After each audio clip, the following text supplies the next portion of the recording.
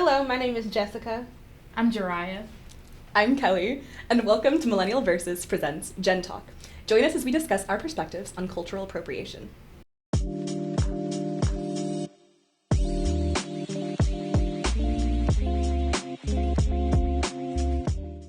Well, there was the point that it's important to call out people who are appropriating someone else's culture, but also don't take it upon yourself to assume someone else's race, because they could be white passing. I am white, obviously, but I'm Latina, so I'm ethnic. And I was in Kroger a little while ago, and like I said, I can't wash my hair every day. I have a lot of hair. I have colored, bleached hair, and like my hair is, Mexicans don't come in this color, okay? Like this is a lot of chemicals in my hair, and I can't wash it all the time. And so especially if I'm, going to work a lot or going and working out, I'll put my hair in braids. And not like cornrows, but like I'll do like 3 like French or Dutch braids and then braid them together in the back. And I was at Kroger, and this white woman was like, do you not feel like you're appropriating? And I was like, appropriating what? Like a Latina culture, my own culture, because Latinas have been wearing their hair in braids for centuries. Like this is how abuela used to sit me down and braid my hair when she needed help in the farm. Like, I think there has to be like a balance, because I know for me, like as a Black woman, I don't always want to be the one to call people out. Like it gets so exhausting, especially when I was in college, I went to a PWI, like predominantly white institution. Same. And if I were to call out all of the microaggressions, like it's exhausting and it weighs so heavy. And for once, I would just like someone else to be like, hey, that's not cool. And I can be like, that's kind of what I was getting at. Like, on one hand, you shouldn't assume, but like, anytime I see like a Caucasian person at least being cognizant of potential, cultural appropriation, I appreciate it. Like Laura, I'm one of those people who, when it comes to hair, I don't personally like to see it. Just because like in the media, a lot of times like you'll see people like Kim Kardashian and like other people who overly accentuate, like dramatically change their skin tone and like put their box braids in. That's and fetishizing. have their butt, and they fetishize it. And like Tolly was saying, the definition, part of it is not giving them, the credit that they deserve, and not understanding where it comes from. And I think that's where we get into dangerous territory. Yeah, but also as someone who is white, like I'm always very aware of people that have like the white savior complex.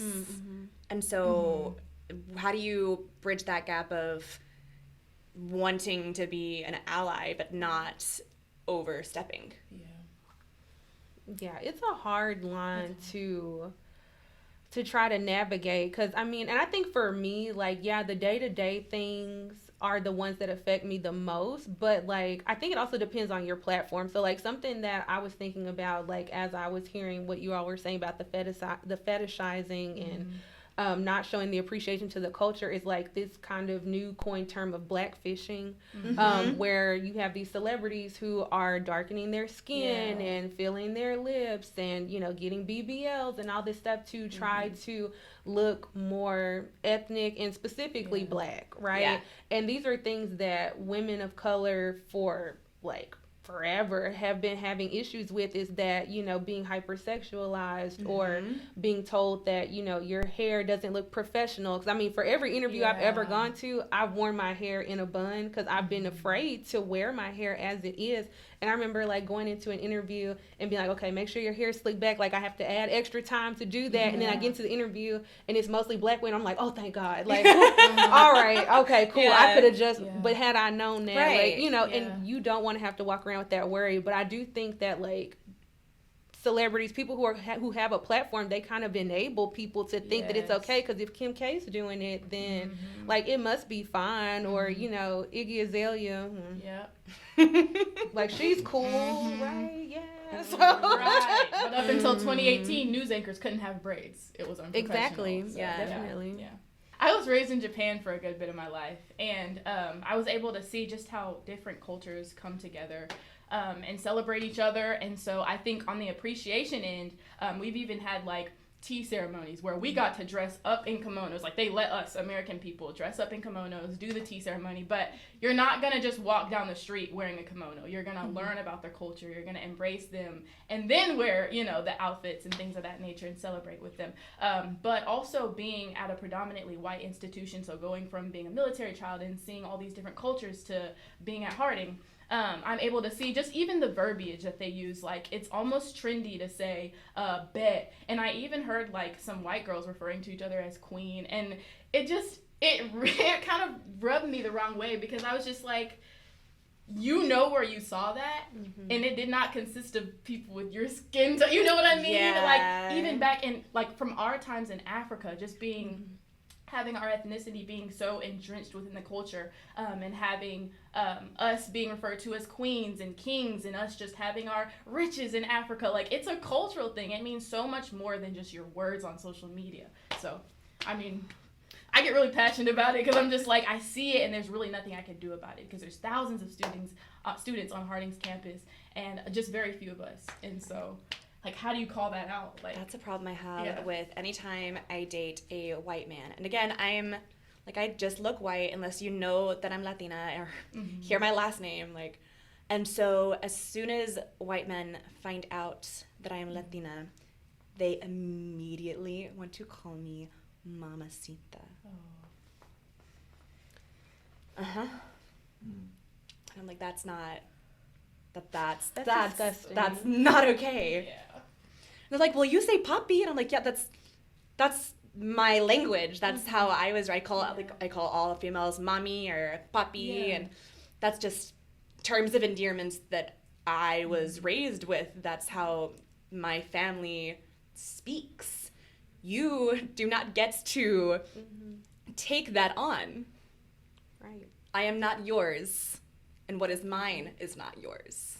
Definitely. What is mine is not yours. And I think that goes into, like, the difference between inviting yourself into someone else's culture or, like, vacationing in someone else's culture. Yeah. And being invited. Like, there's a difference in, you know, like, if I'm having an event or something like that, or like you said, the tea ceremony, and I'm inviting you in, like, because they're not just going to tell you, okay, dress up and then sit here and drink your tea. Like, they're going to teach you the significance. Like, here's how we conduct this. This is why this is important. And here's the role that you play in that. Yeah. There's a difference between that and just saying, well, it's trendy to wear a kimono, so I'm just going to go out and wear one. And you don't know the context in which those are worn or which kind are worn and what they're called. Like, there's a difference between inviting yourself and being invited. And I think a lot of people different educational embrace to that. Definitely. And I think people enjoy, like, vacationing and other people's experiences. But then when it's convenient, it's like, all right, my trip is over. Like, you know, you can take it off and reassume whatever identity that you want. And I think white people in particular have that privilege more than anyone else. Like, I can dress up in whatever I want. It's not going to make me anything other than black. And that's what society is going to tell me. Right. So. I am white, and I am Latina, but Latina is not a race. I am white and ethnic. But I'm only half. Like, my dad is just white, and my mother comes from Mexican immigrants. And so I often struggle with how much of my Latinidad I can claim. Like, I'm not fluent in Spanish. I'm pale. I don't have curly hair. Like, I have cousins that have, like, the typical, you know, Mexican thick curly hair. Like, my white side is very predominant. And so I have so many... I'm a very confident person. Anyone who knows me knows I'm a very confident person. But my insecurities largely stem from not knowing where I stand in my own culture. Right. Definitely. It makes me think, so I don't know if either of you guys have done this, but, like, the 23andMe or, like, I did the Ancestry. So they had a commercial a few years ago, and it was like, Kyle always grew up as German, and then he found out that he has no German in his family. He's actually, like, Irish and Scottish, so I'm going to trade in my lederhosen for a kilt. Like, and I'm like, ew, this is gross. Like, is my immediate reaction, because, I mean, Like, I'm biracial as well, and like I grew up knowing that like I was German, Irish, and Welsh. And so I did the 23andMe, and I figured that part out. I was like, okay, cool. Like, that's fairly accurate, which the accuracy of those tests are debatable anyway. But that's a whole nother topic. But like, I'm not just gonna go and be like, oh, I'm German, Irish, and Welsh. Let me go and like assume all of these things because I did not grow up with those things. That's not the culture that I was embraced by. Because even though I was born, you know, by an interracial couple, like I was adopted into an all black family. I mean, there's multicultural, you know, components in there, but that's not the culture I was raised in. Like, I can't just go and start assuming those things, even if that is like biologically or genetically like where my origins are from. So I think, you know, I can definitely understand to an extent like feeling like, where do I fall in between these two very different cultures? But I think part of it is society will assign you what they believe you to be. So, I mean, I have like a god brother who is also biracial, and his white mom told him growing up, like, oh, you can just choose which one you want to be. Like, you can choose to be black or white. And I'm like, he's black. Like, as nice as that would be to choose, like, he's very clearly black, and that's how the world is going to see him. And I find it to be very toxic to even try to approach it that way. And I mean, that's a whole nother thing, like, especially if you have like a white mom raising like a black daughter, like, how do you navigate that? How do you prepare them for, you know, all of the things that they're going to face? And likewise, you know, with any other like interracial couple having a mixed race child, like, how do you prepare them for the world that they're properly going have to the talk with them when you haven't experienced? Exactly. Definitely. And I think there's the potential for a lot of gaps to not be filled, and that could be detrimental way, you know, anywhere down the line. So like I was saying earlier, I went to this AWP, this big writers conference up in Philadelphia, and I went to a panel that was called Bicultural and Bilingual Writing, and it was like very, very helpful for me because the panel was 5 Hispanic authors, and like I got to go up and talk to them afterwards, and I was like, I have these insecurities about agency, about whether or not I have the right to write this story, because I'm not fully Latina, and I don't speak Spanish, and I don't have every aspect of Latina in me. And it was just very empowering for these published female authors to be like, you are Latina enough. That is your Latinidad, and you are allowed to embrace that. And I went back and I told Conjun about it, and I was like, it was so exciting and empowering. And he's like, well, I've been telling you that for years. I was like, yeah, but you're a middle-aged white man.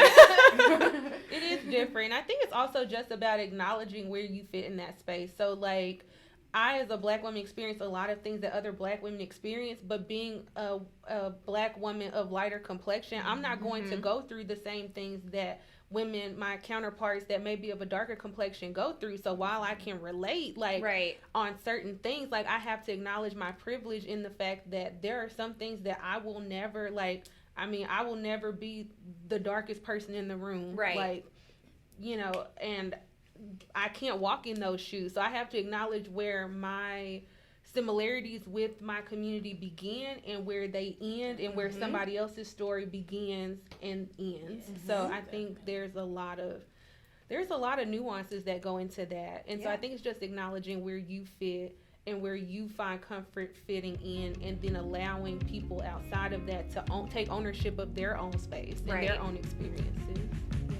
Thank you for tuning into this episode. Be sure to follow Millennial Versus on Facebook, Instagram, and TikTok. And don't forget to stream every episode on Spotify, Apple Podcasts, and Google Podcasts.